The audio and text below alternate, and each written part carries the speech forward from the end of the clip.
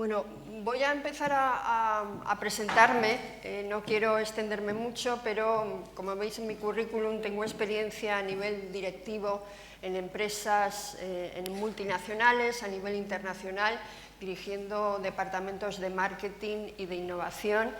Y hace como 4 años decidí dar el salto al mundo del emprendimiento, tal vez porque ya me aburría ese mundo de la gran corporación, después de estar como 22 años trabajando para grandes corporaciones, y me aburría y quería emprender, hacer nuevas cosas de las que hoy vamos a hablar. Y ahora actualmente lo que hago es sobre todo estar en ese mundo del emprendimiento como socia de varias startups, ayudando también a diferentes startups a desarrollarse, a encontrar financiación, luego os hablaré de algunos ejemplos, y sobre todo también compartiendo mi experiencia profesional con la experiencia académica, que creo que también me enriquece mucho porque conozco a gente más joven que yo, que eso también hace que puedas enseñar aprendiendo, que eso es algo también muy importante. Bueno, vamos a hablar hoy de creatividad e innovación. Me supongo que muchos de vosotros diréis por qué está tan de moda la palabra creatividad e innovación. Yo la verdad es que desde hace muchos años, trabajando en marketing, siempre intentamos ser más creativos, más innovadores, pero sí que es verdad que actualmente la creatividad y la innovación parece que están de moda. Yo he intentado resumir en 3 hechos fundamentales por qué la creatividad y la innovación está tan de moda. Y uno de ellos es el mercado. El mercado cada día es más global. El siglo XXI, desde luego, lo que ha hecho es abrir las fronteras y eso nos da muchísimas más oportunidades, pero también nos requiere que seamos empresas mucho más innovadoras. ¿Por qué? Porque cada día hay más competencia y la competencia está aquí, en el País Vasco, pero también está en otros sitios y empresas que están en otros sitios pueden venir aquí, pero también empresas que están en el País Vasco pueden llegar a otros territorios mucho más lejanos de los que hace a lo mejor en el siglo XX podíamos encontrar. Otro de los aspectos es la diferenciación.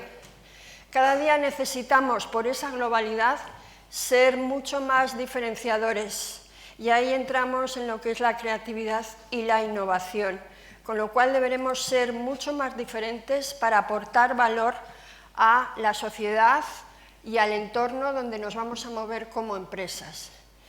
Y otro de los factores importantes es que cada día necesitamos ser mucho más rápidos, y esto a los que sois emprendedores lo vais a entender rápidamente.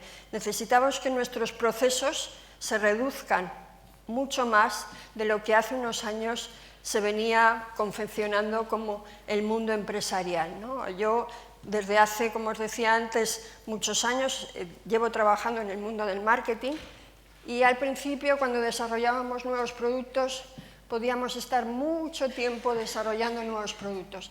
Ahora esto va mucho más rápido que hace unos años. Fijaros, esto es un estudio que se hizo hace unos años, la cantidad de cambios que una persona en el siglo XIX podía asumir en una generación, es decir, en 50 años, 60 años, es la misma cantidad de cambios que ahora nosotros estamos en 3 años. Con lo cual esto además de forma exponencial se está reduciendo, con lo cual la cantidad de cambios que estamos viendo actualmente en solo 3 años, sobre todo en el mundo tecnológico, lo que hablábamos hace 3 años ya no vale ahora. Con lo cual debemos de ir cada día más rápidos para casi estar en el mismo sitio. Otro de los aspectos importantes es el tema del talento. Estamos en una economía del conocimiento y fundamentalmente lo que más se buscan son perfiles, como vais a ver aquí en este estudio de IBM que ha hecho hace poco, en el que está buscando cuáles son los perfiles y las características de personas que se están buscando más, son estos tipos de perfiles: comunicativos, colaborativos, creativos y flexibles. Con lo cual estamos en un mundo en la que la creatividad y la innovación lideran sobre otros aspectos importantes que antes a lo mejor se tenían mucho más en cuenta. Y yo ahora me gustaría hacer un sondeo. Yo sé que todos sois muy creativos, venís del mundo del emprendimiento, con lo cual tenéis un talento creativo. Me gustaría hacer un sondeo simplemente de levantar la mano.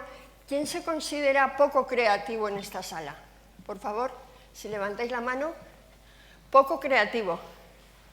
Una persona valiente que dice que es poco creativa. Medianamente creativo, ya vemos más manos. Y muy creativo, y los demás no saben, no contestan. Veo que estáis un poco tímidos aún. Me gustaría que esto no fuera solo una ponencia o una conferencia, sino que interactuáramos, ¿eh? Bueno, si yo os preguntara, ¿quién consideráis que es más creativo, un niño o una persona mayor? ¿Qué me diríais? ¿Y por qué? Todos hemos sido niños, supongo, ¿no? Que levanten la mano quien no ha sido niño. Pues sí, efectivamente, los niños son mucho más creativos. Los que sois padres o los que no lo sois, si dejáis a vuestro hijo en una playa, en estas maravillosas playas que tenéis aquí en el País Vasco, probablemente lo primero que habrán hecho vuestros hijos, como han hecho los míos, es hacer castillos, construir, ser makers, lo que dicen los americanos. Con lo cual han hecho muchas cosas de las que a lo largo de nuestra vida vamos a ir perdiendo. Han pintado, han dibujado, se han ensuciado las manos.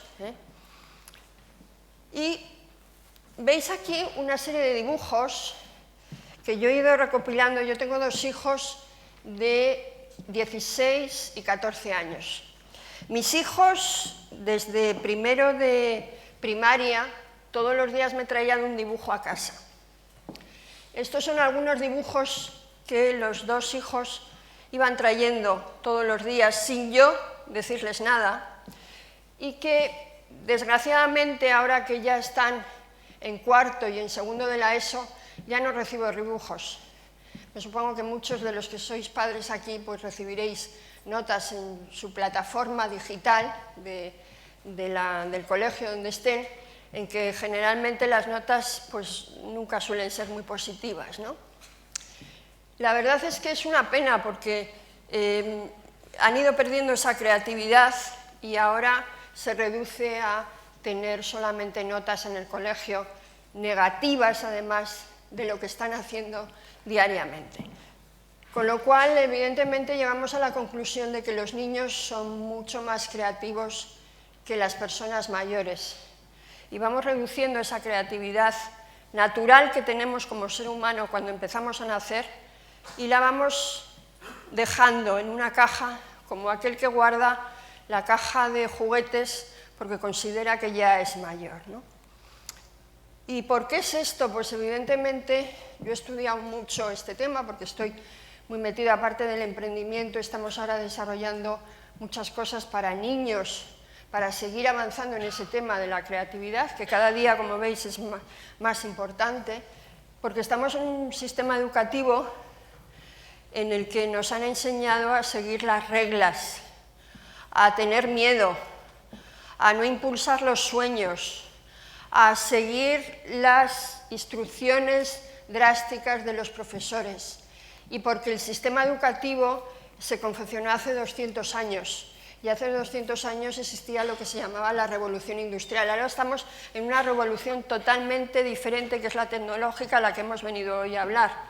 Con lo cual, nuestros hijos, nuestros pequeños, cada día van coartando mucho más la creatividad.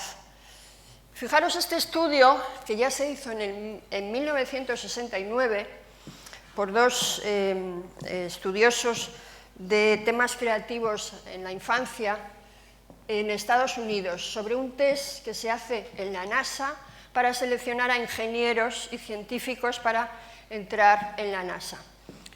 Hicieron un test con 1.600 niños cuando tenían 5 años y como veis ahí, el porcentaje de muy creativos, en función de las pruebas que se le hacían, era de un 98%. Se cogió a esos niños, a esos mismos niños, a los 10 años, y bajaba a un 30%.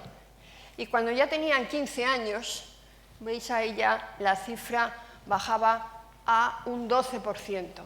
Pero es que además se hizo con 280.000 personas de más de 25 años el mismo test, y en adultos nuestra creatividad bajaba o se reducía en un 2% solamente. De esos 280.000 personas tenían una tasa de creatividad de un 2%.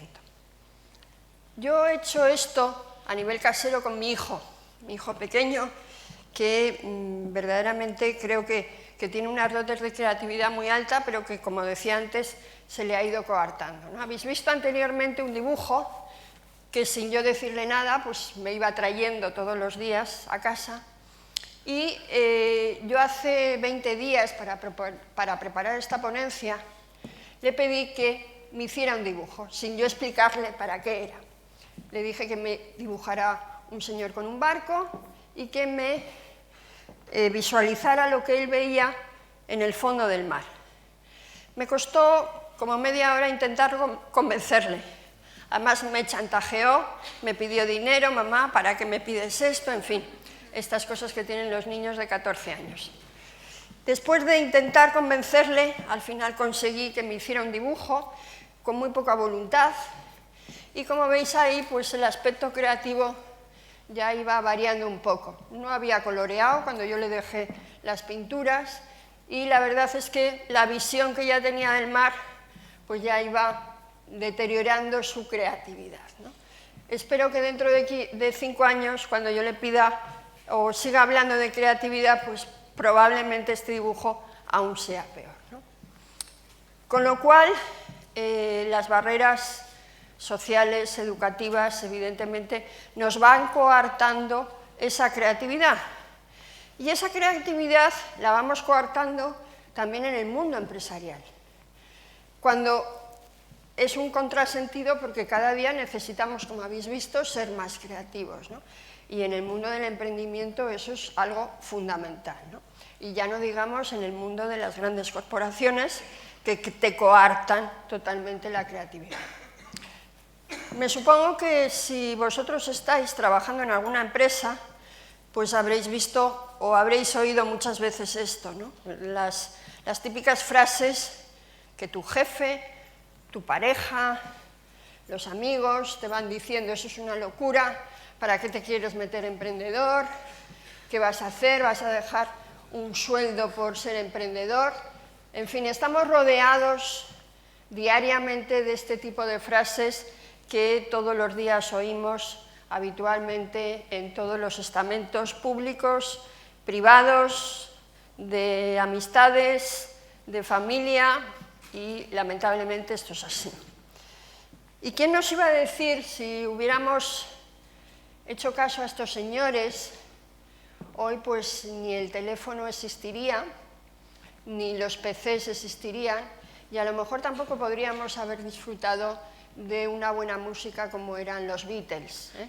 Estas son famosas frases de gente, en teoría especialista, que decía que no iban a existir más que 4 o 5 PCs, que los teléfonos no sabían para qué se podían utilizar, o que los Beatles no era un grupo que verdaderamente hubiera tenido éxito, ¿no?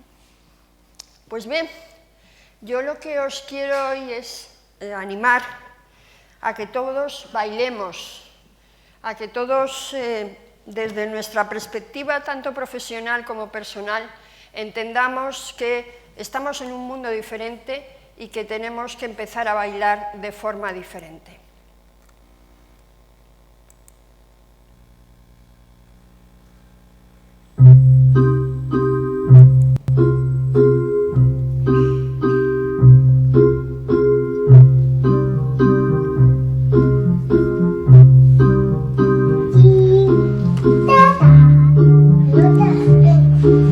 Venga, recoge todo que nos tenemos que ir.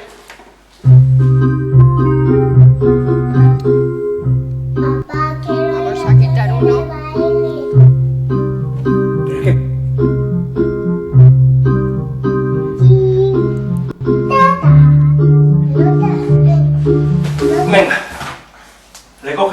nos tenemos que ir.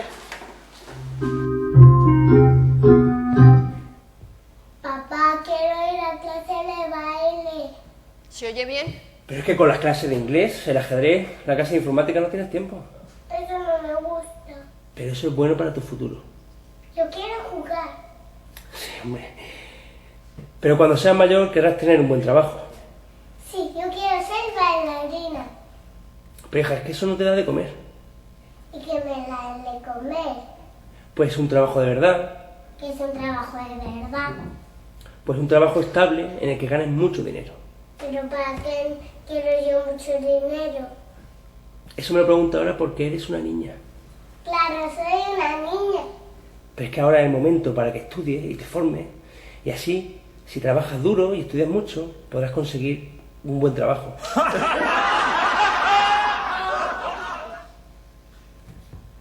Con un buen sueldo, estable, que no te tengas que preocupar más por el dinero. ¿Y si no voy a clase de baile de todo eso? Sí, ¿Seguro? claro. Y así estaré más contenta que haciendo lo que me gusta. Sí. Bueno, a lo mejor no, pero no tendrás más preocupaciones. Y te asegurará una jubilación. ¿Eso es algo de jugar? No, es que cuando seas mayor no te va a interesar jugar. Pues entonces no quiero ser mayor. Eso es inevitable, eso es siempre así. ¿Tú hiciste todo eso siempre? Claro. ¿Y tú tienes preocupaciones? No. ¿Y estás contento? Sí. Vale, seré como tú. Me voy a estudiar inglés. Espera. ¿Quieres que bailemos? ¿Juntos? Sí. ¿Tú y yo? ¿Sí? Bien. Pero, ¿estás bien para mi futuro? Sí.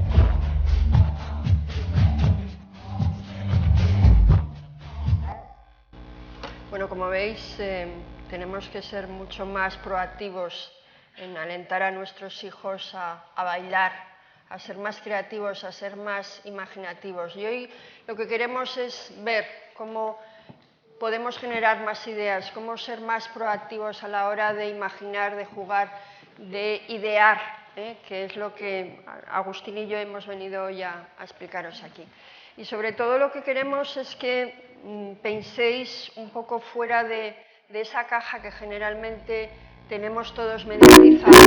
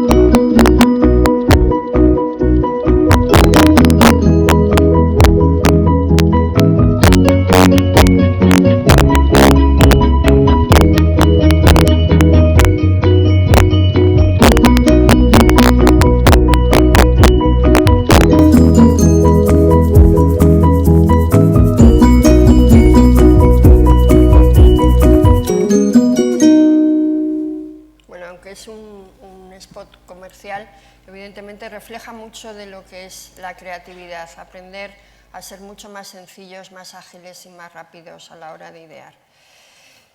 A mí me gustaría algún voluntario de las primeras filas que me pudiera leer esto que veis aquí. Tú, por ejemplo, que estás en la primera fila, que pudieras en voz en alta leer lo que está aquí escrito. Según un estudio de una universidad inglesa, no importa el orden en el que las letras están escritas. La única cosa importante es que la primera y la última letra estén escritas en la posición correcta. El resto pueden estar totalmente mal y una podrás leerlo sin problemas. Esto es porque no leemos cada letra por sí misma, sino que las palabras es un todo. ¿Alguien está de acuerdo con lo que ha leído vuestra compañera? ¿Lo habéis oído todos? ¿Habéis leído tal cual estaba escrito o habéis intentado interpretar lo que estaba escrito? ¿Quién ha leído tal cual estaba escrito? Todos habéis interpretado lo que estaba escrito, ¿no? Pues evidentemente eso no era lo que estaba escrito, sino hemos leído lo que aparentemente nos han enseñado que debía de ser, como debía de estar escrito. Con lo cual volvemos otra vez al tema anterior de la educación. Hemos leído tal como nuestro cerebro ha percibido que tenía que estar escrito. ¿Alguien ha leído tal cual estaba? Ninguno. Con lo cual, evidentemente, nos condiciona muchísimas cosas.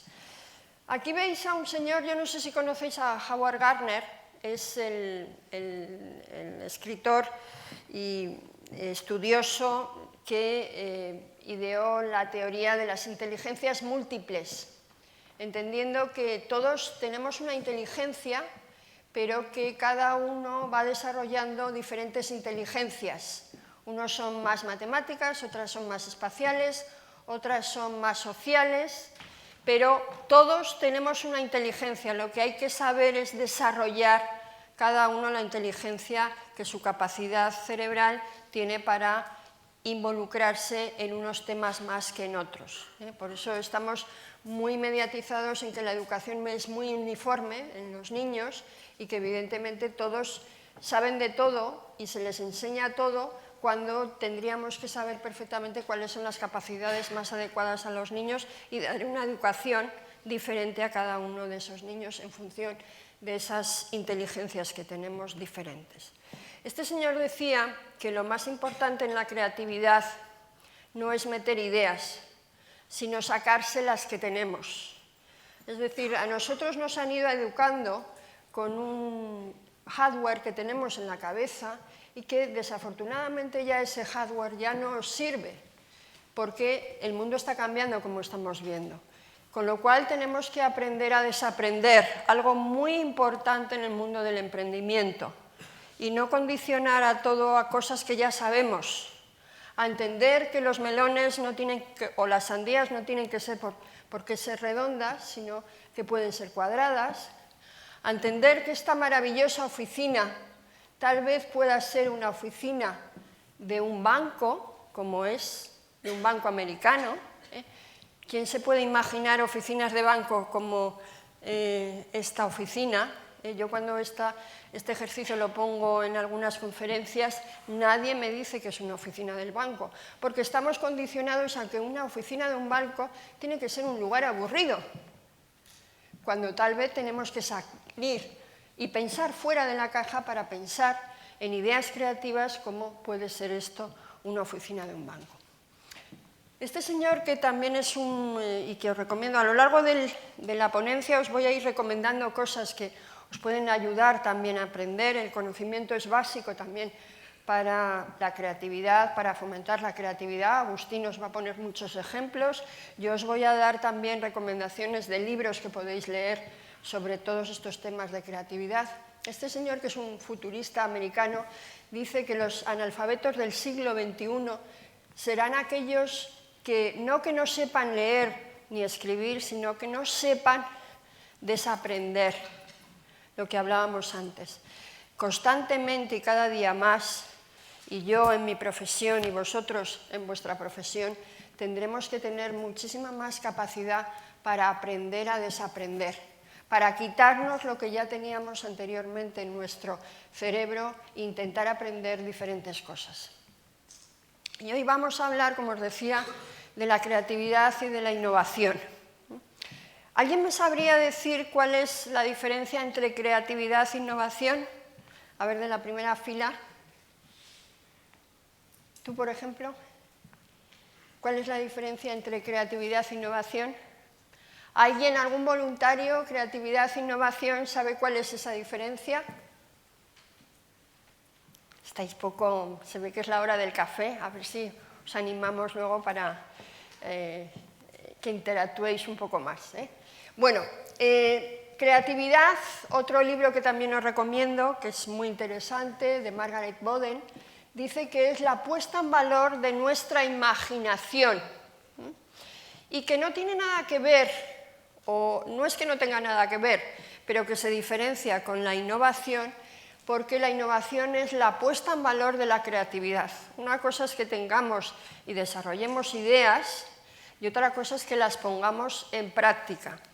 Otro libro que también os recomiendo es de Tina Schilling, es una especialista en creatividad e innovación, y dice que hay una serie de factores que van dentro de la creatividad que son factores externos, factores internos, y que todos interactúan para que al final salgan las ideas potentes, creativas y que en teoría puedan llevar a esos procesos de innovación. Porque, en resumen, la capacidad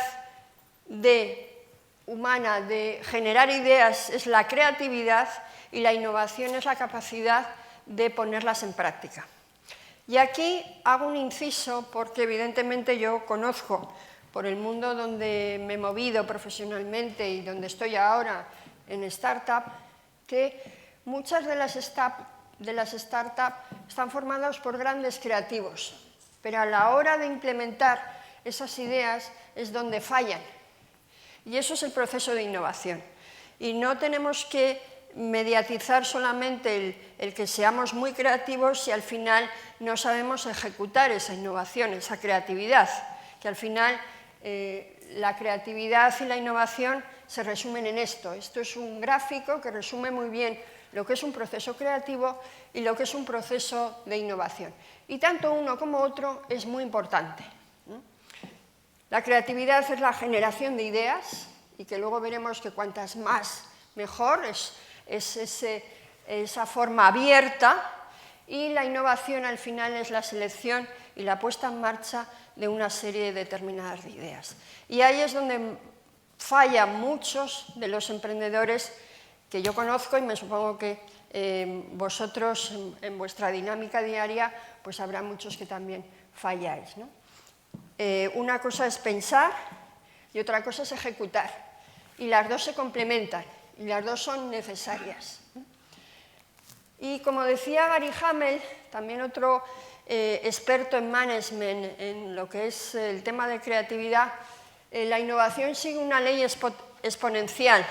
De 1000 ideas, probablemente con 100 se podrán trabajar, de esas 100, 10 serán viables y probablemente de esas 100, de esas 10, 2 serán rentables. Y esto en el mundo de los inversores, yo que estoy muy metida también en el tema de los inversores, siempre te lo dicen, ¿no? Los grandes business angels, los grandes inversores privados, siempre dicen que de 10 inversiones que hacen, fundamentalmente con 2 o 3 son con las que han ganado dinero.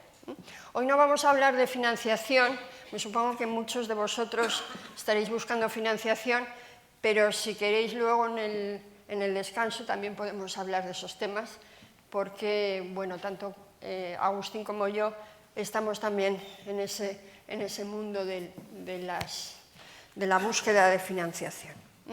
Aunque, evidentemente, todo tiene sus pasos. Hoy estamos un poco hablando de la generación de ideas, pero al final esas ideas, las buenas, son las que verdaderamente tienen financiación. Bueno, y para generar esos entornos creativos, evidentemente hay que tener, desde mi punto de vista, 4 aspectos fundamentales.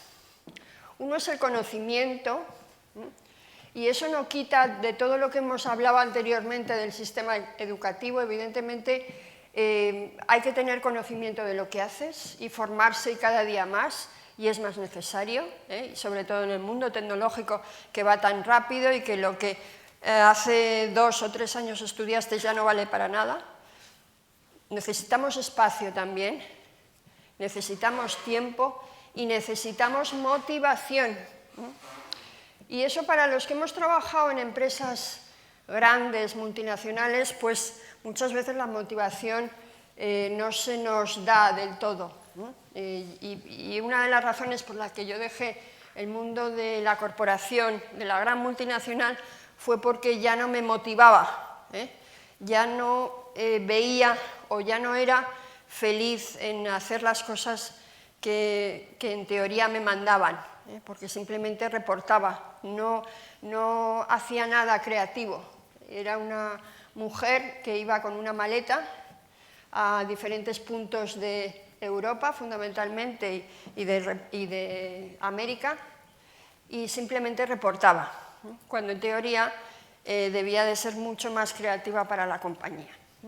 Con lo cual, yo creo que estos 4 aspectos son los que en vuestras compañías, en las compañías donde estáis trabajando, deben desarrollarse mucho más, y por esos grandes compañías o compañías innovadoras como Google, no sé si sabéis la teoría del 70-20-10, que dejan 70% a sus empleados para trabajar, 20% para formarse. Lo que decíamos antes, el conocimiento es muy importante y luego veremos en el proceso de innovación cómo es muy importante, y un 10% para pensar, pero para pensar no solamente de cosas que se pueden desarrollar en las compañías, sino para pensar, para tener la mente abierta.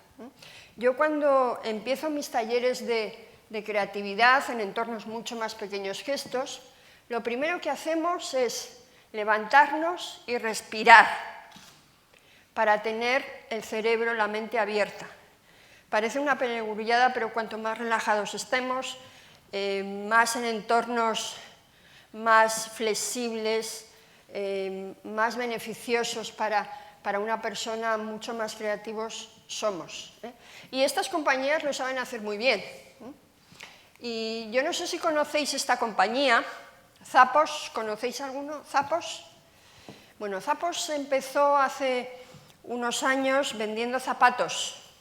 Es una empresa americana. Su presidente no encontraba unos zapatos que le gustaran y empezó pensando en hacer un e-commerce de zapatos. Esta compañía hoy es un Amazon ya no solamente de zapatos, sino de prendas de vestir de todo tipo de categorías. Y su presidente, en esta nota que os dejo aquí, en la presentación, que me supongo que la presentación se podrá compartir, este año tiene como objetivo a sus 1.500 empleados quitarles la categoría y hacer una categoría plana, lo que se llama la holocracia. ¿Y por qué? Porque está totalmente estudiado que las ideas, cuanto más compartidas y más sinergias creen, serán muchísimo mejor. Y este año tiene ese objetivo de a 1.500 empleados, que es lo que tiene ahora en su compañía, quitarle los títulos de puestos de trabajo. Y hay ya muchas teorías dentro de lo que es la motivación que están en esos entornos de felicidad. Parece que ahora está también muy de moda el tema de la felicidad, pero yo no sé vosotros, pero yo ahora soy mucho más feliz trabajando que hace 4 años. y creo que ahora soy mucho más creativa que hace 4 años, cuando a lo mejor la empresa no me estaba o me estaba presionando mucho y mi creatividad había bajado. Y encima yo no era feliz con lo que estaba haciendo. Aquí tenéis 2 ejemplos. El CEO de Zappos, que ha escrito un libro maravilloso sobre la felicidad en el trabajo, pero no por ser feliz porque seas feliz, sino porque entiende que en entornos, lo que hablábamos antes, de espacios con una motivación mucho más clara, la gente está más feliz para trabajar en esa empresa y puede aportar mucho más a la empresa. Pero aquí también os pongo un ejemplo de un especialista en recursos humanos de una empresa gallega, R-Cable, no sé si la conocéis, que vende internet por cable y que ha hecho toda una teoría sobre la felicidad con unos resultados extraordinarios. No me va a dar tiempo ahora de poner el vídeo, que dura 6 minutos, pero os aconsejaría a que lo pudierais ver, porque verdaderamente ha creado toda una filosofía de cómo generar ideas muchísimo más creativas y cómo generar experiencias felices para sus empleados para que al final sean mucho más creativos y sean mucho más beneficiosos para la compañía. Con lo cual, lo que hablábamos antes de generar espacios, y luego Agustín también nos va a enseñar espacios más creativos, entornos más creativos, sentirse más en un ambiente mucho más relajado, ayuda a fomentar esa creatividad. Y vamos a ver, desde mi punto de vista, cuál es la rutina que tenemos que seguir los emprendedores para ser mucho más creativos. Y aquí os puedo hablar también con experiencias propias. Como os decía antes, yo dejé el mundo corporativo para empezar a emprender, pero ayudo a muchos emprendedores a buscar financiación, a monetizar sus ideas, algo que tampoco muchas veces los emprendedores entienden. Tienen una idea maravillosa, pero no saben cómo ganar dinero con ella. Y en ese proceso yo he ido viendo serios puntos de esa fase del proceso creativo que muchas veces nos los saltamos, pero que son necesarios para llevar a cabo nuestras ideas de forma adecuada. Como decíamos antes, una cosa es la creatividad y otra es la innovación. Si tienes ideas brillantes pero al final no las sabes ejecutar, pues la verdad es que no se complementa todo el proceso adecuadamente. Vamos a ver cuál sería ese proceso creativo, y que me supongo que muchos de vosotros estaréis identificados en algunas fases y a lo mejor otras fases son las que tenéis que fomentar de forma más recurrente. La primera es la de observar, después la de idear, después tendremos la de generar esas ideas en un modelo de negocio para ver si verdaderamente funcionan esas ideas y cuáles son los puntos claves que tenemos que dinamizar. Y al final lo que tendremos es que validar esos hechos o esas hipótesis en unos hechos reales en el mercado. Y como os decía antes, desafortunadamente hay ciertos pasos en el mundo del emprendimiento que se obvian, otros están muy reforzados, pero hay ciertos pasos que se obvian. Vamos a ver, la primera fase es la de observar, descubrir necesidades. Como os decía antes, estamos en un mundo que cada día corre mucho más, cada día tenemos que estar más informados en redes sociales, en blogs, en temas tecnológicos, porque es un mundo que va de una forma vertiginosa hacia parámetros mucho más rápidos y evidentemente eso nos condiciona mucho el tema de la observación. Y en esta fase, evidentemente, los innovadores tenemos que ser las personas que ven cosas que otros no ven y pensar que nuestra idea puede ser la más maravillosa del mundo, pero hay que observarla antes verdaderamente a ver si eso ya existe en el mercado. Porque yo he dirigido a lo largo de este tiempo tanto académico como profesional, más de 60 proyectos de startup. Y lo primero que les digo a los emprendedores es que, o lo primero que me dicen los emprendedores es que no hay competencia. Y cuando empiezas a rascar, encuentras que hay competencia en tu entorno territorial o un poco más lejano, pero la competencia siempre hay. Y es una fase que no nos gusta hacer, pero que evidentemente tenemos que hacer. ¿Para qué? Para ver si nuestra propuesta de valor al final va a ser la adecuada y para ver si al cliente eso le va a interesar o no, porque si hay otra solución mejor, pues evidentemente va a ser muy difícil que vaya a nuestra solución cuando no le ofrecemos nada nuevo de lo que ya hay en el mercado. Con lo cual, la observación es fundamental. Y aquí hay 3 aspectos que a mí me gusta destacar. Para ser un buen observador, primero tenemos que tener un equipo, tenemos que tener también muchos datos, pero ojo con la información. Sabemos que Internet es una gran puerta a esa información, pero tenemos que saber dosificarla y tenemos que tener habilidades de extrañamiento que ahora explicaré. La primera es el equipo. Otra de las cosas que adolecen muchas startups, y me supongo que aquí habrá muchos que lo haréis, eso no quiere decir que sea lo más idóneo posible, pero sería recomendable que a lo mejor introdujerais otro tipo de personas, sobre todo en temas tecnológicos, generalmente son grupos de o ingenieros o telecos o gente que viene del mismo entorno, en gente joven del mismo entorno universitario, que se unen a hacer pues, una plataforma de lo que sea, ¿no? Sin tener en cuenta que evidentemente necesitan a lo mejor otros perfiles, porque luego van a tener que comercializar esa idea, van a tener que hablar con determinadas gentes o necesitan gestionar internamente la compañía. Y muchas veces pues, los equipos no son multidisciplinares, no vienen de diferentes fuentes que puedan crear sinergias y puedan enriquecer mucho más el proceso empresarial de creación de una empresa.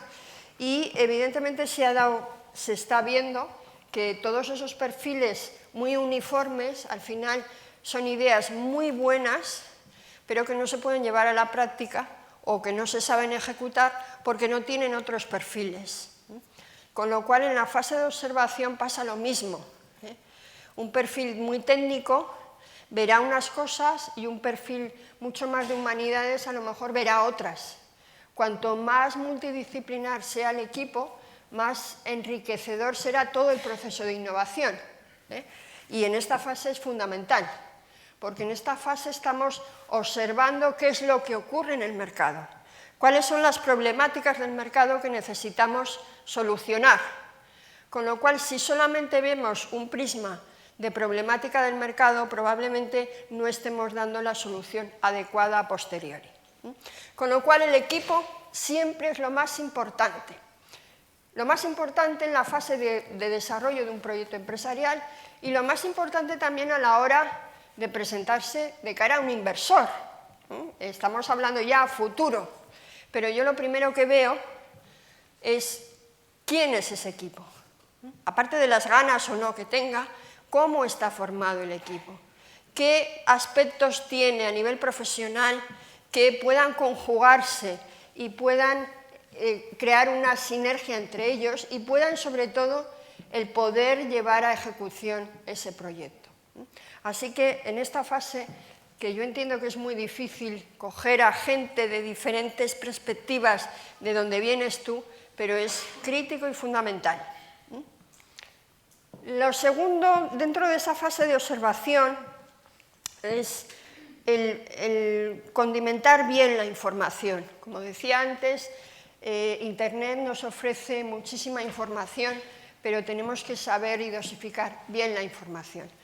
Yo os decía antes que yo me he encontrado en muchos tribunales de foros de inversión, gente muy buena a nivel tecnológico, pero que ni siquiera se había molestado de saber qué estaba haciendo la competencia, o si había competencia o no, y que tú rascando de forma muy simple encontrabas soluciones muy parecidas a las que planteaban. Con lo cual hay que tener mucha observación en temas de hábitos y comportamientos, de leer muchos blogs. Las redes sociales te permiten también tener muchísima información. Yo no sé si sois muy tuiteros o no. Para mí Twitter me parece que es una herramienta fundamental dentro de las redes sociales. Creo que Twitter a nivel profesional aporta muchísimo valor, y tienes muchísimo conocimiento de cosas que están pasando, no solamente aquí en el País Vasco, en el Estado español o en Estados Unidos, y te da muchísimas informaciones que pueden condicionar mucho tu estrategia de negocio a futuro. Buscar, como os decía, en Internet. No penséis que vuestra solución es la única y maravillosa. Hay muchas soluciones que no tienen que ser innovadoras. No sé si conocéis Privalia. Yo hace poco estuve con el CEO de Privalia, que ya creo que va por la 4ª ronda de financiación, sacando muchísimos millones a inversores, y me decía que su idea, cuando ellos idearon Privalia es un outlet de empresas de diferentes marcas reconocidas, y es un outlet, como es Bybit, no sé si conocéis. No era la idea más brillante, porque esa idea ya venía, ya existía, pero tuvieron la capacidad de saberla implementar en España de forma adecuada.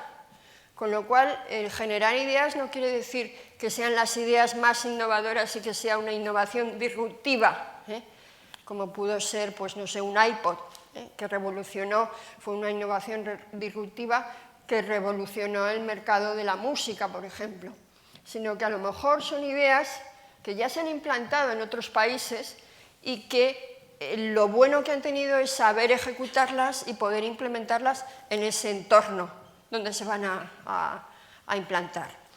Con lo cual, tenemos que tener el conocimiento suficiente de qué es lo que está pasando en el mercado. Y lo más importante, otra de las cosas que adolecen los emprendedores, es que hay que salir a la calle, porque el lugar de trabajo es lo más peligroso para generar o para crear una startup. Y aquí me supongo que tendréis muchos perfil tecnológico y que lo que os gusta es meter código en vuestro estudio, pero salir a la calle poco. Y por eso es bueno que tengáis ese equipo multidisciplinar, porque a lo mejor los más comerciales os pueden dar muchas más soluciones que los técnicos, que a lo mejor os gusta más estar en vuestro puesto de trabajo para generar la idea maravillosa, pero que al final hay que validarla en el mercado, y si eso no resulta, pues evidentemente hemos perdido mucho tiempo.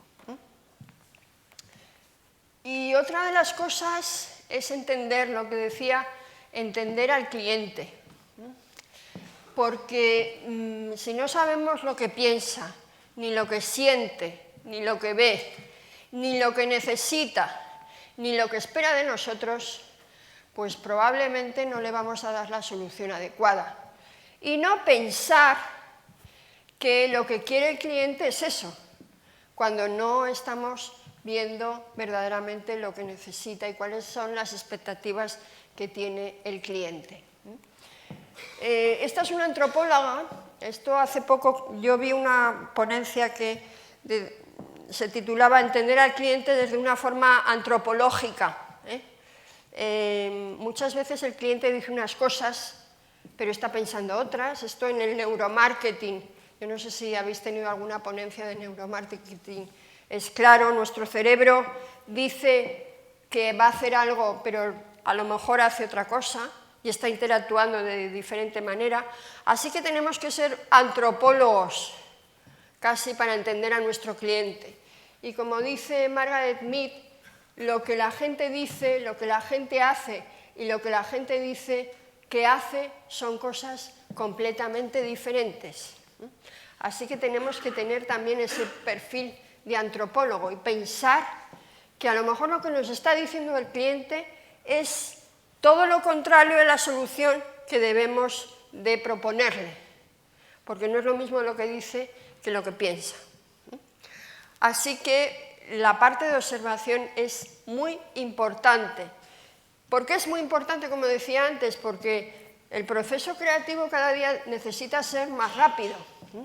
Yo no sé si conocéis las teorías Lean, que ahora están tan de modas, la Lean Startup, Customer Development, que esa teoría lo que dice es que aprende rápido a experimentar con el cliente, cometerás más errores probablemente, pero esos errores lo que harán es que la experiencia del cliente sea, o que el fracaso que puedas tener sea más rápido. No se trata de fracasar, pero sí que si tienes que fracasar, que sea lo más rápidamente posible, para que ese proceso sea mucho más rápido y además sea menos costoso. Os cuento un ejemplo, aunque si queréis luego lo podemos referir a otros puntos más adecuados cuando hablemos del prototipado. Yo el año pasado estuve colaborando con una empresa tecnológica de desarrollo de software para el retraso del deterioro cognitivo de las personas mayores, es decir, para el Alzheimer. Se trata de un software que están desarrollando para interactuar con esas personas de forma mucho más ágil y que la gente mayor no tenga miedo a la tecnología. Es una especie de videojuego con una plataforma en la que fácilmente pueden interactuar las personas mayores con esa plataforma. Nosotros, evidentemente, observamos mucho el mercado, vimos qué estaba pasando, se nos concedió una financiación que vais a decir, ¡wow!, 750.000 euros, una institución pública de la Comunidad de Madrid. Pero ¿cuál fue nuestro error? Que nos pusimos como locos porque pensábamos que habíamos conseguido la macrofinanciación, requiere mucho dinero, evidentemente, y necesitábamos también un aval privado. Estas cosas de la financiación no te la dan toda, necesitas también un aval, ¿no? Nos fuimos como locos a hablar con Business Angels, con Venture Capital, para que nos dieran ese aval de 100.000 euros que necesitaba la institución pública, ¿no? Y claro, todo el mundo nos pedía un prototipo. Esto viene más al desarrollo de lo que iba a hablar antes del prototipado, porque a todo el mundo le encantaba el tema de la idea que habíamos presentado, pero necesitaban ver si eso verdaderamente funcionaba o no, ¿no? Con lo cual, evidentemente, pues perdimos la financiación pública, porque esa financiación pública duraba 4 meses, nos daban 4 meses de periodo para buscar financiación privada, ese aval que necesitábamos, y no conseguimos al final porque no teníamos ese prototipo. Me he adelantado un poquito a lo que os iba a explicar antes, pero lo que sí que os quería decir, sobre todo, es que el contacto con el cliente tiene que ser básico a la hora de desarrollar nuestro modelo de negocio y a la hora también de buscar luego financiación. Tenemos que saber perfectamente si cubre todas esas necesidades, y si lo que nos dice el cliente es lo que verdaderamente vamos a solucionar o está pensando otras cosas que deberíamos de solucionar. Así que debemos de intentar entender al cliente desde una forma antropológica, como persona, para construir un producto o servicio que se ajuste a sus necesidades, para comprender no solo las necesidades explícitas, como decía antes, sino también las latentes, saber entender más allá de lo que nos está diciendo el cliente y sobre todo para comprender al cliente como persona. Y esto es algo que yo cuando empecé en el mundo del marketing en el año 85, pues era la época de los estudios grandes de mercado. Nosotros lanzábamos productos y la gente lo compraba, porque afortunadamente no había mucha competencia.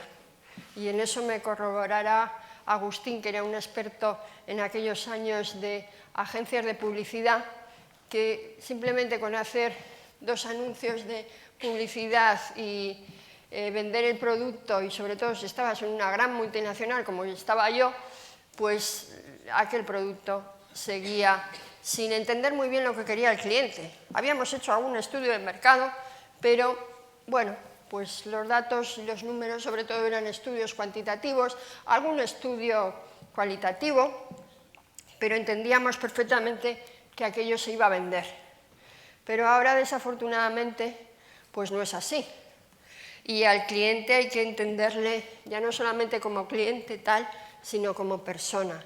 Y saber perfectamente que él va a ser el que al final nos va a tener que comprar el producto. Y en la organización, grande, pequeña, en el centro de la organización siempre tiene que estar el cliente. Y desafortunadamente, y sobre todo en temas muy tecnológicos, obviamos muchas veces eso. Hemos hecho la maravillosa página web o el maravilloso desarrollo tecnológico y resulta que luego el cliente pues ni nos conoce, ni nos quiere, ni nos compra, ni le interesa la solución que le hemos dado. Con lo cual esta fase es fundamental, porque en función de la observación que tengamos, vamos a empezar a idear. Y aquí, este señor que todos conocéis, la ideación decía que era conectar cosas que antes hemos observado y hemos analizado. Si no salimos al mercado, por mucho que queramos ser los especialistas en algo, si no conectamos toda la información que viene de esa fase inicial de observación, va a ser muy difícil de conectar. Os voy a enseñar un vídeo de este señor, que también os recomiendo este libro muy bueno, sobre cómo se generan las mejores, o de dónde vienen las mejores ideas. Steve Johnson dice que, o plantea, algo que hay muchas teorías sobre esto, ¿no? Hablamos de que estamos en un mundo hiperconectado, de que lo que acabamos de leer en Twitter ya nos acordamos casi de lo que vimos en Twitter, porque nuestra memoria está ya condicionada a otros parámetros, y habla sobre si es bueno que la gente está tan hiperconectada o es malo. ¿Por qué? Porque a lo mejor hace unos años o en siglos pasados los estudiosos, los de lectura, eran los que desarrollaban muy buenas ideas y ahora se está perdiendo el gusto por la lectura. Ahora estamos más interconectados, pero a lo mejor nuestra mente es más débil porque, como decía antes, no nos acordamos ni de lo que acabamos de leer. Y él tiene la teoría, por esa conexión, que las mejores ideas y los mejores avances científicos y tecnológicos han venido por esa interconexión. Así que vamos a ver este vídeo, que creo que resume muy bien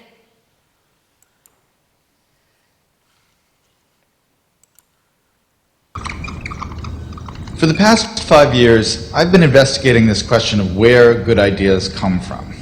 It's a kind of problem I think all of us are intrinsically interested in. We want to be more creative, we want to come up with better ideas, we want our organizations to be more innovative. I've looked at this problem from an environmental perspective. What are the spaces that have historically led to unusual rates of creativity and innovation? And what I found in all of these systems, there are these recurring patterns that you see again and again that are crucial to creating environments that are unusually innovative. One pattern I call the slow hunch, that breakthrough ideas almost never come in a moment of great insight, in a sudden stroke of inspiration. most important ideas take a long time to evolve, and they spend a long time dormant in the background. It isn't until the idea has had 2 or 3 years, sometimes 10 or 20 years to mature, that it suddenly becomes accessible to you and useful to you in a certain way. And this is partially because good ideas normally come from the collision between smaller hunches, so that they form something bigger than themselves. So you see a lot in the history of innovation, cases of someone who has half of an idea. There's a great story about the invention of the World Wide Web and Tim Berners-Lee. This is a project that Berners-Lee worked on for 10 years. But when he started, he didn't have a full vision for this new medium he was going to invent. He started working on one project as a side project to help him organize his own data. He scrapped that after a couple years, and he started working on another thing. And only after about 10 years did the full vision of the World Wide Web come into being. That is, more often than not, how ideas happen. They need time to incubate, and they spend a lot of time in this partial hunch form. The other thing that's important when you think about ideas this way is that when ideas take form in this hunch state, they need to collide with other hunches. Oftentimes, the thing that turns a hunch into a real breakthrough is another hunch that's lurking in somebody else's mind. And you have to figure out a way to create systems that allow those hunches to come together and turn into something bigger than the sum of their parts. That's why, for instance, the coffee house in the age of the Enlightenment, or the Parisian salons of modernism, were such engines of creativity, because they created a space where ideas could mingle and swap and create new forms. When you look at the problem of innovation from this perspective, it sheds a lot of important light on the debate we've been having recently about what the internet is doing to our brains. Are we getting overwhelmed with an always connected, multitasking lifestyle? And is that going to lead to less sophisticated thoughts as we move away from the slower, deeper, contemplative state of reading, for instance?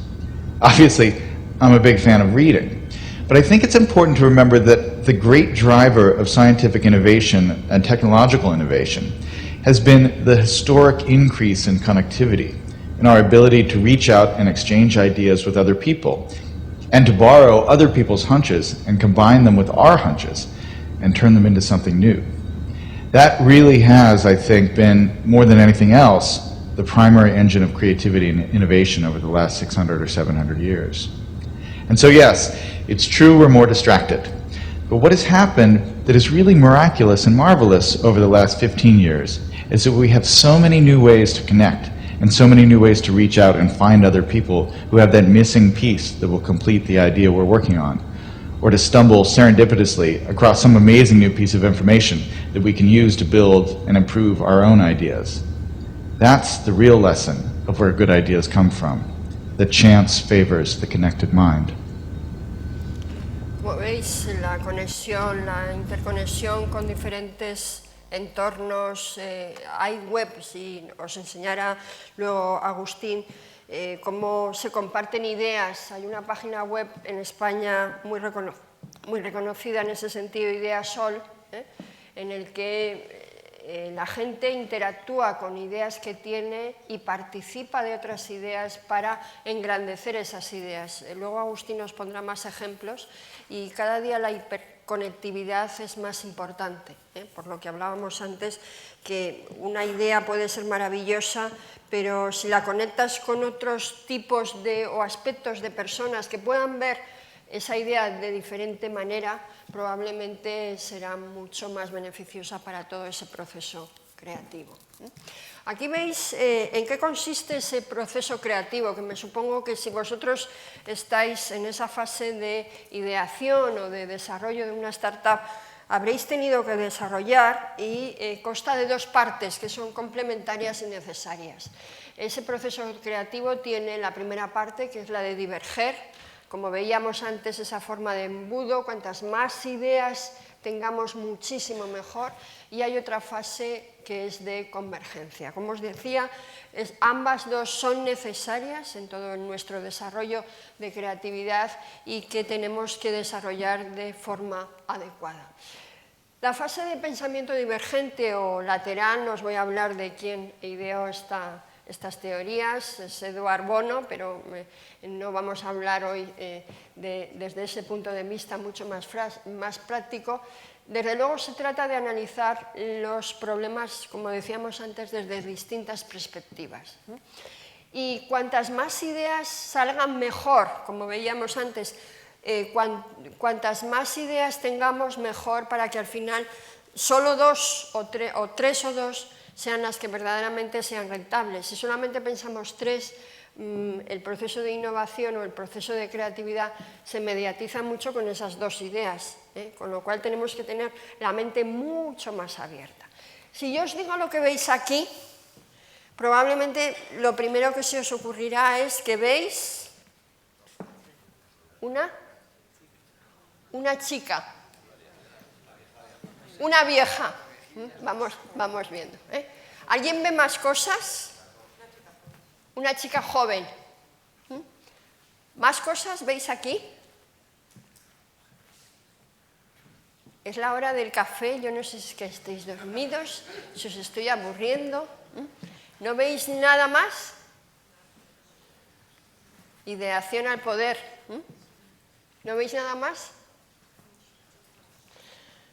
Efectivamente, lo primero que podremos ver es una anciana. Desde luego, si nos quedamos en que vemos una anciana, poco vamos a evolucionar. ¿Ok? Pero podemos ver más cosas. Podemos ver una marmota. Probablemente alguien habrá visto una iguana. ¿Alguien ha visto una iguana? Ahora sí, claro, ya nos lo han evidenciado. ¿Alguien ha visto una cabeza de un águila? Eso ya es darle mucho al coco, ¿no? Pero es que de eso se trata. ¿Alguien ha visto una mantis religiosa? Tampoco creativos somos, ¿eh? A mí me habían dicho que los vascos sois súper creativos y no sé yo, no sé si es que es la hora mala del café, ¿Y quién ha visto una ardilla? ¿Tampoco? Pero, y esto ya es de 10, hay un señor que se está ahogando. ¿Alguien ha visto al señor que se está ahogando?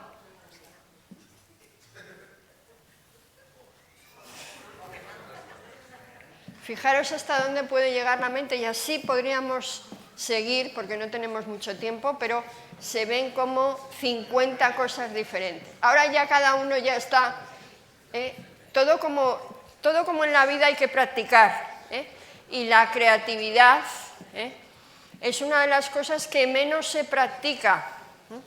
Hacemos ejercicio, pero el cerebro es una parte de nuestro cuerpo. ¿Quién va a clases de creatividad? Ahora, a lo mejor si pregunto quién va a un gimnasio, probablemente muchos me levantarán la mano. Pues como todo en la vida hay que practicar. Y el cerebro lo tenemos aquí encajonado, pero como os decía antes, probablemente todo lo que está en nuestro cerebro lo tenemos que quitar y desaprender y aprender otras cosas y ejercitar nuestra mente. Que desafortunadamente el día a día ni nos deja ni nosotros lo ejercitamos, ni hay muchos medios para ejercitarlo, porque estamos en un sistema que nos coarta todo el día esa creatividad desde que nacemos, como lo hemos visto.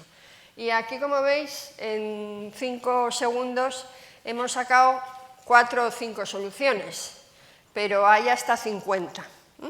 ¿Ok? Si hiciéramos un taller de creatividad, probablemente empezaríais a ver cosas que así desde un principio no se ven.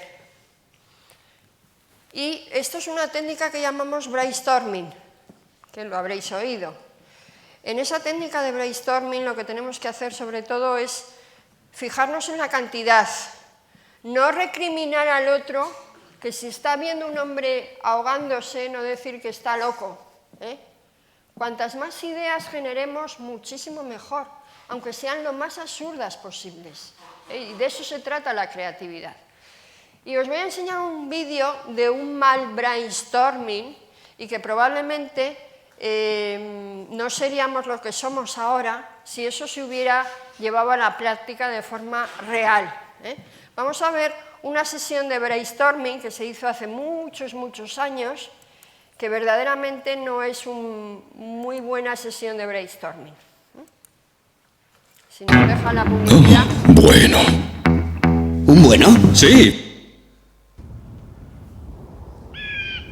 Gracias por su tiempo y bienvenidos a este Focus Group. Hoy les mostraré una idea y veremos qué opinan de ella. Esto se llama fuego y de acuerdo a los productores, el fuego puede servir para calentar carnes asadas y una fogata con tu morrita. Por favor, sus opiniones. Sí, no sé. Mi primera impresión es... se mira peligroso. Sí. Y además, si el fuego es caliente, puede quemarme.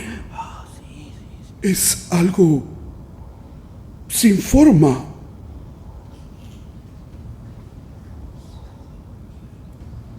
¿Y cómo se apaga? Bueno, se le echa agua encima. Yo no conozco el color rojo, pero cuando yo pienso en rojo, yo pienso en sangre. Y cuando pienso en sangre, yo pienso en muerte. Y cuando pienso en muerte, me pone algo nervioso. No sé.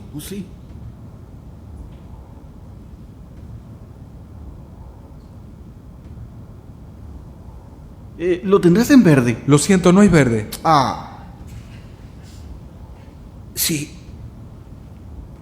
Si este fuera un fuego helado, no nos quemaría. Hasta me compraría uno.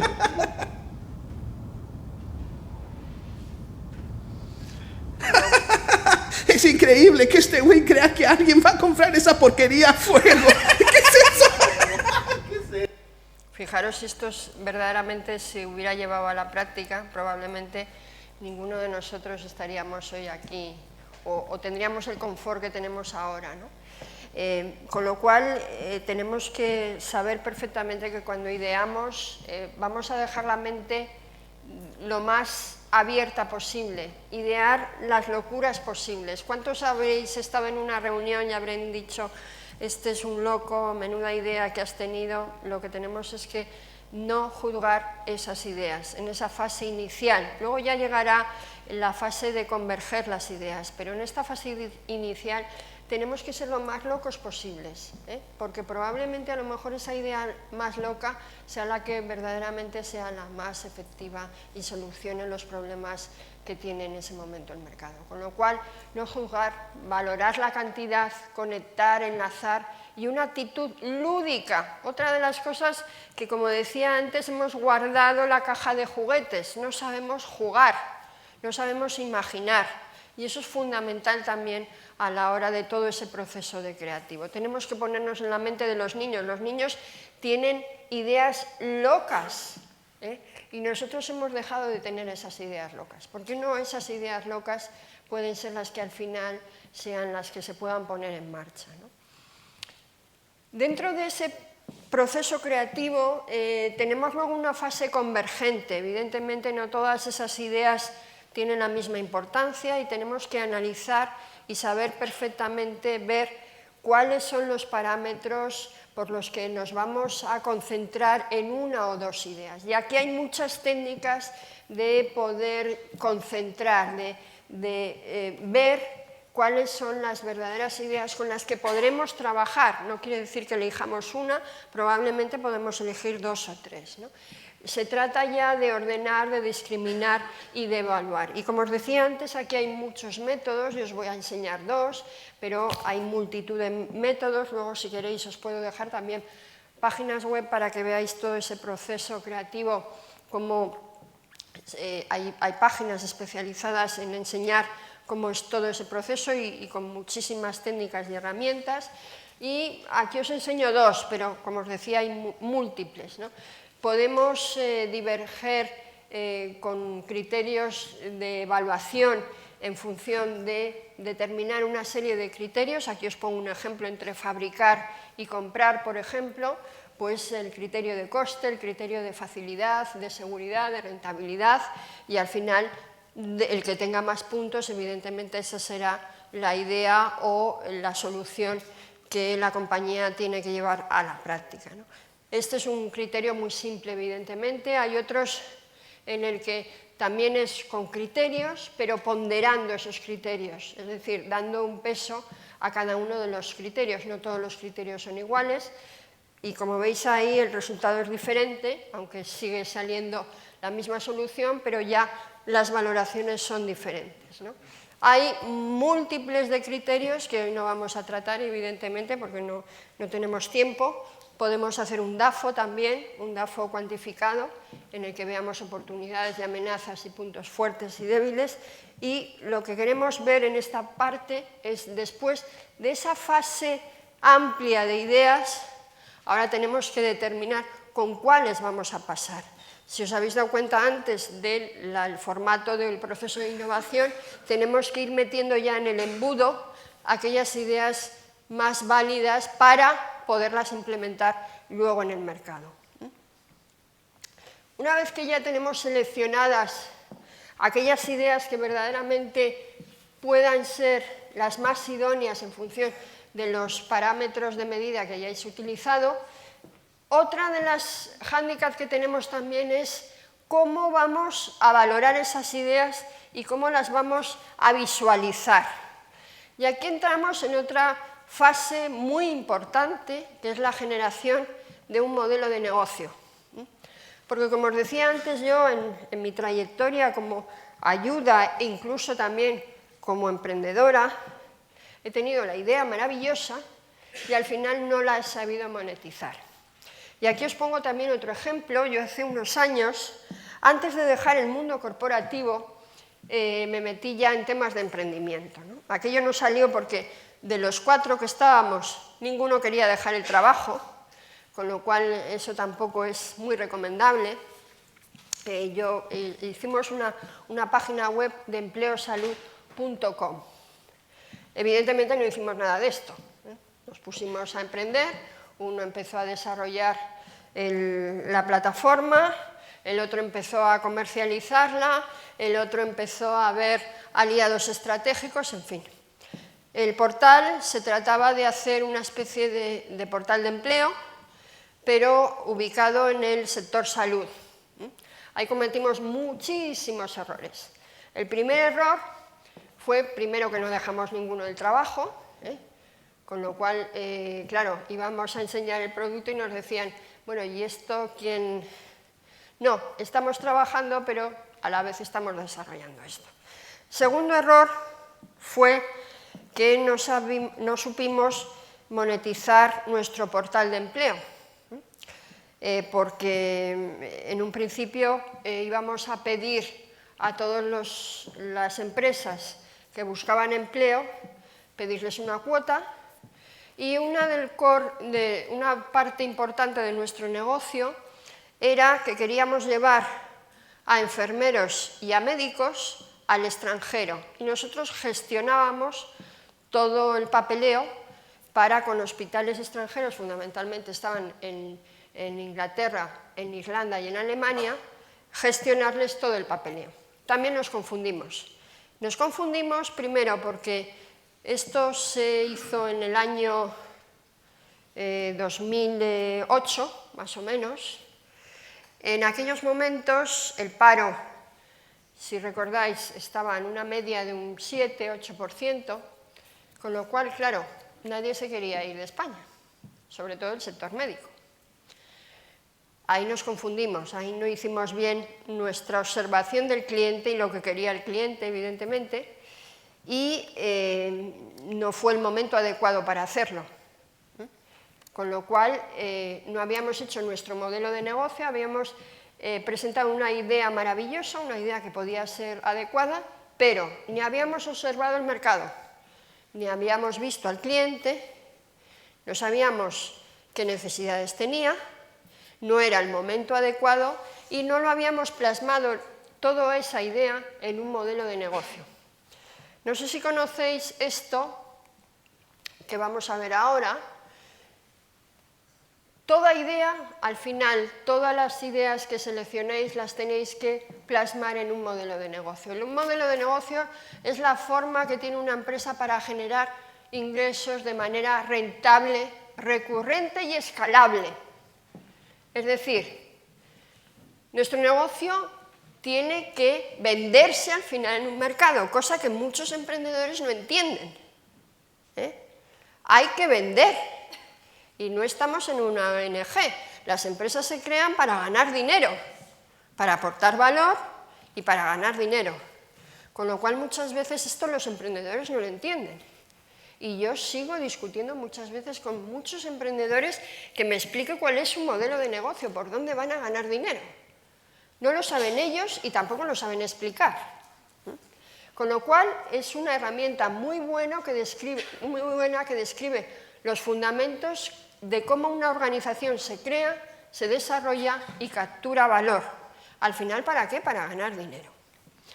Yo no sé si conocéis, este es otro libro famoso también que se ha hecho, o que está muy de moda ahora en este mundo del emprendimiento, que es el Business Model Canvas de Alex Osterwalder, en el que intenta parametrizar un modelo de negocio en diferentes aspectos, que todos en una compañía grande o pequeña tenemos. Y se trata de 9 bloques, como veis ahí, que ahora explicaremos, y que se asemeja al cuadro de un pintor y que hay que darle, en cada uno de los parámetros hay que fijarse para al final condicionar el modelo de negocio. Esto junto a las teorías que os decía antes de Lean Startup, de emprendimiento ligero y emprendimiento ágil y rápido, y el intentar confundirnos cuanto antes para que quememos los recursos menores a nivel monetario y de tiempo también, son algo que ahora en el mundo del emprendimiento se está poniendo muy en boga. Luego veremos también otras teorías que este modelo de negocio lo han cambiado por mucho más ágil por esas teorías Lean, pero desde luego te ayuda muchísimo a centrar tu idea y a parametrizar cada uno de los aspectos de ese modelo de negocio. Y vuelvo a repetir, hay muchos emprendedores que no saben cómo van a ganar dinero. Y yo, de cara a un inversor, es lo primero que pregunto. Cuando a mí me viene un proyecto y yo pregunto cómo vais a ganar dinero, muchas veces cuesta entender cuál es tu modelo de negocio y cuál es tu valor para ganar el dinero. Y desafortunadamente, pues a pesar de muchos cursos que se dan de emprendimiento, al final hay muchos emprendedores que no saben cómo ganar dinero. Yo ahora estoy ayudando a 2 emprendedores a intentar esa idea tan brillante, ponerla en valor para el cliente, para que les compren de forma recurrente y escalable, porque si no, ¿para qué? Y llevan un año desarrollando el prototipo, pero no consiguen darle valor a ese desarrollo. Bueno, vamos a ver muy resumidamente, no sé cuánto tiempo tengo, cuáles son esos puntos, tenemos un poquito de tiempo, cuáles son esos puntos, fundamentalmente, como decía antes, el cliente.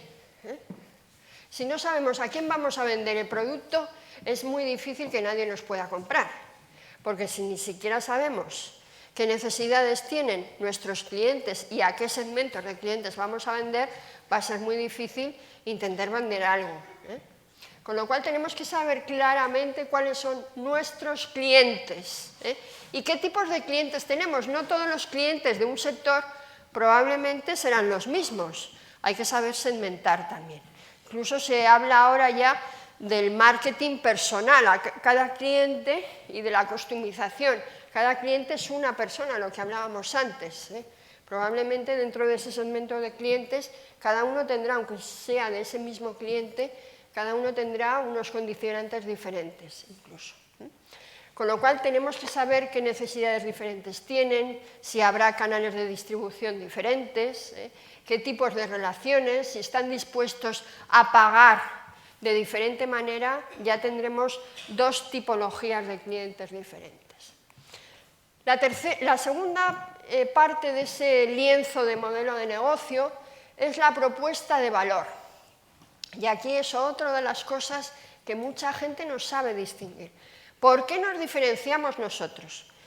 ¿Cuál es el problema del mercado que nosotros vamos a solucionar? ¿Y qué propuesta de valor le ofrecemos al cliente?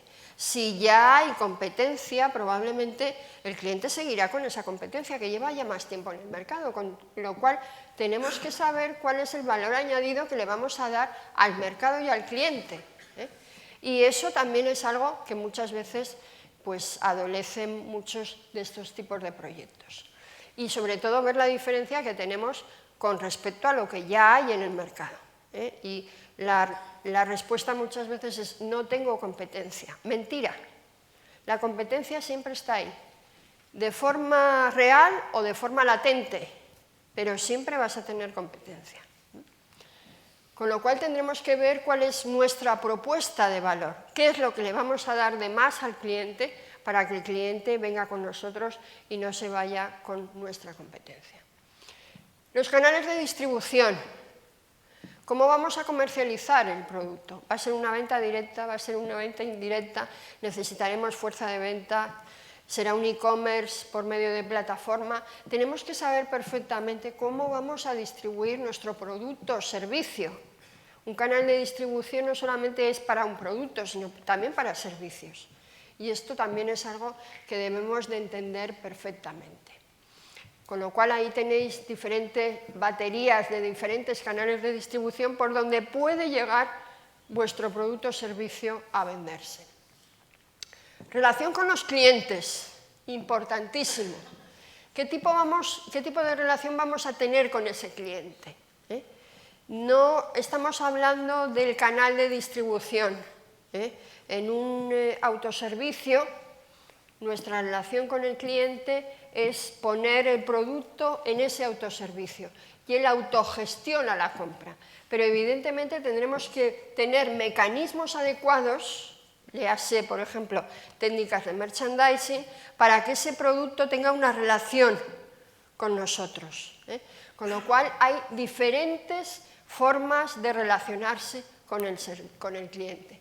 Puede ser una relación personal, de tú a tú, puede ser una relación de autoservicio, puede ser una relación dedicada ad hoc a ti, por ejemplo, un servicio pues, de abogados, por ejemplo, puede ser una relación de servicios automatizados, una relación como Amazon.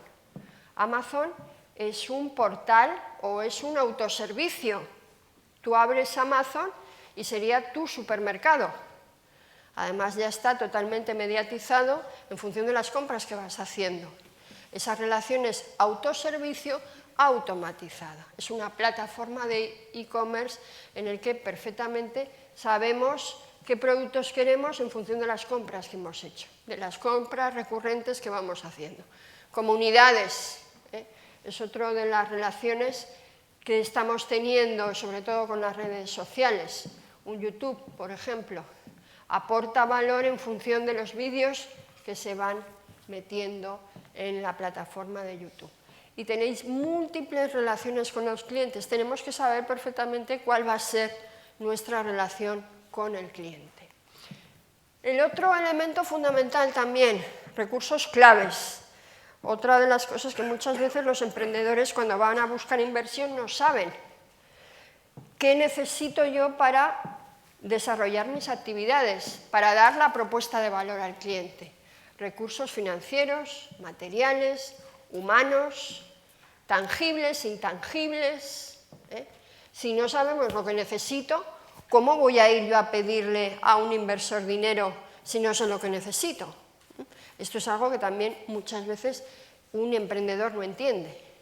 ¿Tú me pides dinero para qué? No, bueno, es que ahora en este año necesitamos... ¿Pero para qué? ¿Qué vas a hacer y qué recursos necesitas? Algo que muchas veces no se entiende porque no se hace. Con lo cual tendremos que saber perfectamente qué recursos necesitamos y qué actividades claves vamos a realizar en nuestro modelo de negocio. nosotros ofrecemos esta propuesta de valor y vamos a dar una serie de actividades. Nos vamos a relacionar con el cliente de forma más exitosa porque le damos una serie de servicios, de prestaciones, de producto. Tenemos que saber perfectamente cuáles son nuestras actividades claves. Socios claves.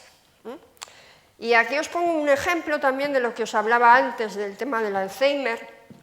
Nosotros nos dimos cuenta, cuando estábamos en ese proceso de financiación y que estábamos tan eufóricos con los 750.000 euros que una institución pública nos había dado, que nos habíamos puesto como locos a buscar el aval de los 100.000 euros que os explicaba antes.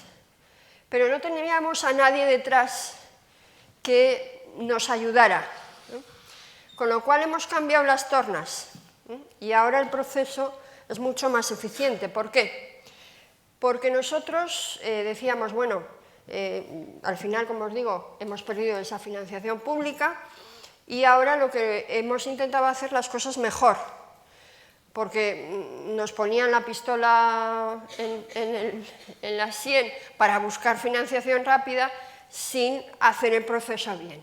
Con lo cual ahora lo que hemos hecho es acercarnos a la Fundación Reina Sofía, que sabéis que está especializada en temas de Alzheimer, desarrollar un prototipo, como ahora veremos también, que es el otro paso fundamental, desarrollar el prototipo con la Fundación Alzheimer, que nos dé una garantía cuando posteriormente vayamos a presentarlo a inversores o a donde tengamos que presentarlo, vamos arropado con un socio clave, que es la Fundación Alzheimer, que está desarrollando el prototipo conjuntamente con nosotros. Con lo cual, el prototipo será mucho más válido, porque estamos ya parametrizando la inteligencia artificial que necesita el software con los enfermos y estamos validando nuestro software con los enfermos y además estamos arropados por una asociación tan importante como es la Fundación Alzheimer, con lo cual los socios claves son fundamentales, asociaciones múltiples. No os dé miedo ir, no os dé miedo a presentaros, no a pedir dinero, sino a ayudar a que vuestro negocio pueda funcionar. Eso es algo fundamental también en estos momentos. Los ingresos. Hay muchos proyectos que no me saben decir, yo no quiero un plan financiero con balances, con cuentas de resultados a 5 años. Quiero que me expliques cómo van a ser tus ingresos y por lo menos saber que algo entiendes de lo que va una empresa, porque al final la empresa la vas a tener que gestionar y la parte financiera es fundamental, tanto en ingresos como en costes. Y mucha gente le cuesta entender cuánto dinero va a ganar y cuánto dinero va a perder. Y al final esto es la cuenta de la vieja, yo ingreso y gasto, y al final me queda un beneficio. Como decíamos antes, estamos para ganar dinero. Si queréis poner una ONG, eso es otra cosa completamente diferente. Ahí sí que vais a tener que buscar socios, partners, ayudas, pero eso es otro cuento completamente diferente. Con lo cual tendremos que saber también nuestra estructura de ingresos y nuestra estructura de costes. Dentro de todas estas teorías que ahora se habla mucho, como os decía antes, del Lean Startup, este señor validó ese modelo de negocio cambiando algunos parámetros, sobre todo entendiendo que a las startups hay algunos de los parámetros que decía Alex Osterwalder que no se pueden construir aún porque aún no conoces. Y él se basaba más en teorías, otro de los libros que os recomiendo hoy, muy bueno también, cambiando algunos parámetros de ese modelo de negocio que habéis visto. Sobre todo, él se fundamenta más en cuáles son las ventajas diferenciales, cuál es el problema que tiene el mercado y qué solución le vas a dar tú. Ya no habla de socios estratégicos, ya no habla de actividades claves ni de recursos claves, sino se fundamenta fundamentalmente en el tema de mercado, en ver cuál es la problemática que tiene ese mercado y qué apuesta de valor le das tú a ese mercado.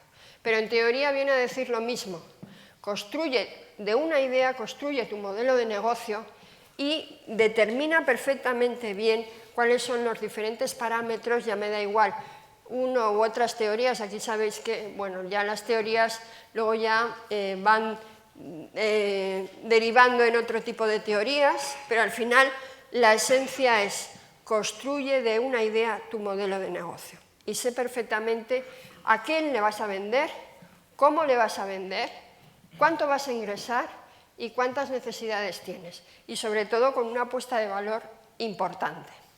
Eso sería, en resumen, todo este parámetro y las diferentes teorías que se van realizando. Bueno, y una vez que tenemos ya nuestro modelo, tenemos que seguir trabajando con él. Esto es como yo os decía con los enfermos de Alzheimer. Ahora se trata de validar nuestro modelo de negocio en el mundo real. Y ahora tenemos que ver todas esas hipótesis, convertirlas en hechos. Ya como modelo de negocio o como prototipo también. Y para eso tenemos la fase de validación, importantísima. Y aquí hay un elemento imprescindible que yo os recomendaría, que es el prototipado. Lo que os estaba contando yo antes. Yo cuando ya vaya con mi software prototipado con los enfermos de Alzheimer, probablemente me va a ser mucho más fácil entrar y vender el producto final. No quiere decir que el prototipo sea el desarrollo final del producto casi, pero sí que tiene que estar totalmente testado en los clientes. Y ver si verdaderamente lo que el cliente quería es lo que tú le vas a ofrecer, porque muchas veces, como decíamos, muchas veces el cliente quiere unas cosas, pero está pensando en otras, y tú estás encima entendiendo otras, con lo cual al final lo que tienes es que probarlo en el cliente y validar la solución. Porque si no, va a ser muy difícil que esa solución, si no está de forma adecuada, puedas venderla. Con lo cual tenemos que hacer lo que ahora está muy de moda, llamar el producto mínimo viable. Y cuanto antes lo hagas, mejor. Porque en tanto en cuanto te confundas, más ahorro tendrás, más ahorro de tiempo tendrás y más ahorro de dinero tendrás. Con lo cual, os recomendaría que cuanto antes, una vez ya que tengáis vuestro modelo de negocio, tengáis un prototipo también para validar ese modelo de negocio en el mercado. Y si ese modelo de negocio no es el adecuado, tener tiempo para pivotar. Pivotar es cambiar, como el jugador de baloncesto que pivota, que va cambiando. Va cambiando a lo mejor algunos parámetros de tu modelo de negocio o todos los parámetros, porque lo hemos hecho tan rematadamente mal que tenemos que volver otra vez a cambiar nuestro modelo de negocio, o a lo mejor coger aquellas ideas anteriores que nos habían parecido absurdas y que una vez ya vistas en el mercado podrían ser mucho más ejecutables a la hora de vender en el mercado, con lo cual tendremos que ver también y validar ese modelo e ir cambiando los parámetros, cosa que muchas veces tampoco nos gusta. No, es que el cliente me ha dicho esto, o el potencial cliente me ha dicho esto, pero yo entiendo que esta es la solución mejor. Y desafortunadamente, y los datos están ahí, del 80% de las startups que se crean, a los 2 años han muerto en ese 80%. Con lo cual, eso quiere decir o que no lo hemos hecho bien a la hora de analizar nuestro producto o solución con el mercado, o que la gestión financiera ha sido rematadamente mal, o que no tenemos los recursos necesarios porque pensábamos que nuestra tesorería iba a aguantar. En fin, muchas variables, pero que evidentemente una de las más importantes es que nuestro producto no servía para nada, no solucionaba el problema que tenía el cliente, porque no lo hemos sabido ofrecer al cliente y sacar las conclusiones del feedback adecuado de lo que nos está diciendo y pivotar esa solución. Así que importante también este paso. Con lo cual, lo que tenemos en ese proceso de ideación o de innovación, el objetivo básico al final es, como pongo ahí, que esas ideas se diseñen en un producto para medir y para aprender cuanto antes y más rápido, y para ver si nuestra propuesta de valor cumple las necesidades adecuadas que tiene ese mercado. Esto sería, en conclusión, un resumen de lo que deberíais de hacer. Yo no sé si lo hacéis o no, los que sois emprendedores o los que queréis emprender. Vuelvo a repetir, no de forma académica o rigurosa, pero sí en la práctica. Tenéis que ir cumpliendo estas fases que cada día son más necesarias, porque, como decía antes, los recursos de tiempo y económicos, si se hace bien este planteamiento, se reducen muchísimo, y yo lo estoy experimentando en carne propia y verdaderamente me doy cuenta que el proceso es mucho más ágil y más rápido. Así que os animo a seguir estas recomendaciones. Luego, si queréis y tenéis alguna duda, podemos seguir hablando sobre el tema. Y nada más, simplemente os quería, y volviendo otra vez a retrotraer a mi primera parte de la ponencia, este es un libro también excepcional que os recomiendo. Os he recomendado bastantes libros hoy. Este es un libro que yo leí hace 2 veranos, me apasionó porque me daba las claves de lo que va a ser el futuro del trabajo, que yo creo que ya está aquí, y que se fundamenta sobre todo en hacer lo que te gusta y hacerlo con pasión. Y dice que esta señora, que es una profesora catedrática en la Universidad de Boston, un libro muy bien documentado, por cierto, decía que elegir lo que nos gusta será crucial para el futuro del trabajo. Los conocimientos, la creatividad y la innovación constituirán las bases de que muchos de nosotros se sustentará el trabajo a futuro. Yo creo que ya el trabajo ya está aquí, ese trabajo con ganas, con imaginación, de forma que seamos mucho más creativos, mucho más flexibles, porque el mundo, como os decía, está cambiando totalmente, ¿no? Y sobre todo en esas teorías de motivación que hablábamos antes, de buscar espacios, buscar tiempos para la imaginación, volver a ser felices con lo que hacemos. Probablemente las ideas serán mucho más, o generaremos mucho más ideas creativas si somos felices con lo que hacemos, que si no estamos coaccionados o mediatizados por organizaciones, por instrucciones, por sistemas que a nada llevan y que verdaderamente no están en la línea de lo que es el futuro del trabajo. Así que quería acabar con un vídeo refrescante para que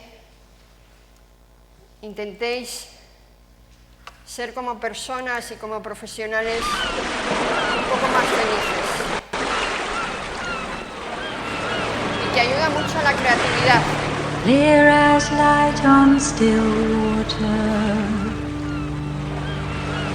I let him see how I feel.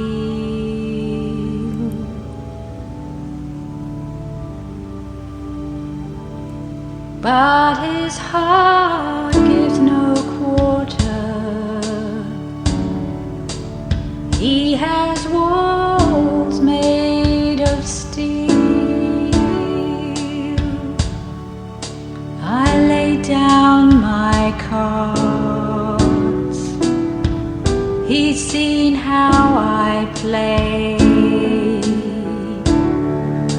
He wants me for a while, but I want him to stay.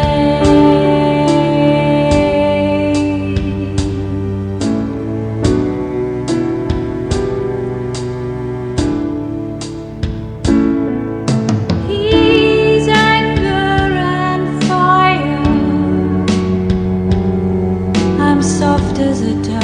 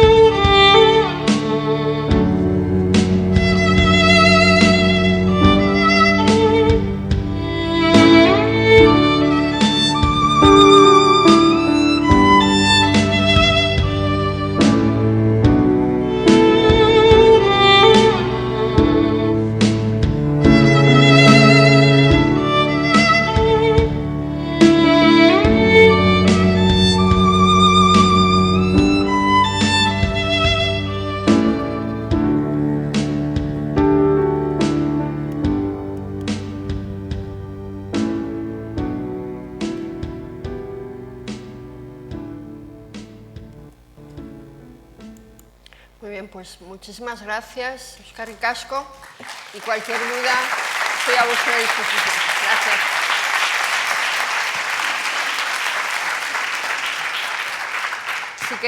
Si tenéis alguna duda, no sé si queréis comentarla ahora o después o en el rato del break, como queráis. ¿Alguna duda? ¿Comentario? Bueno, pues como digo, Euskarrik asko, estoy encantada de estar aquí con vosotros en Bilbao y cualquier cosa ya sabéis dónde estoy. Gracias. Vamos a hacer un break.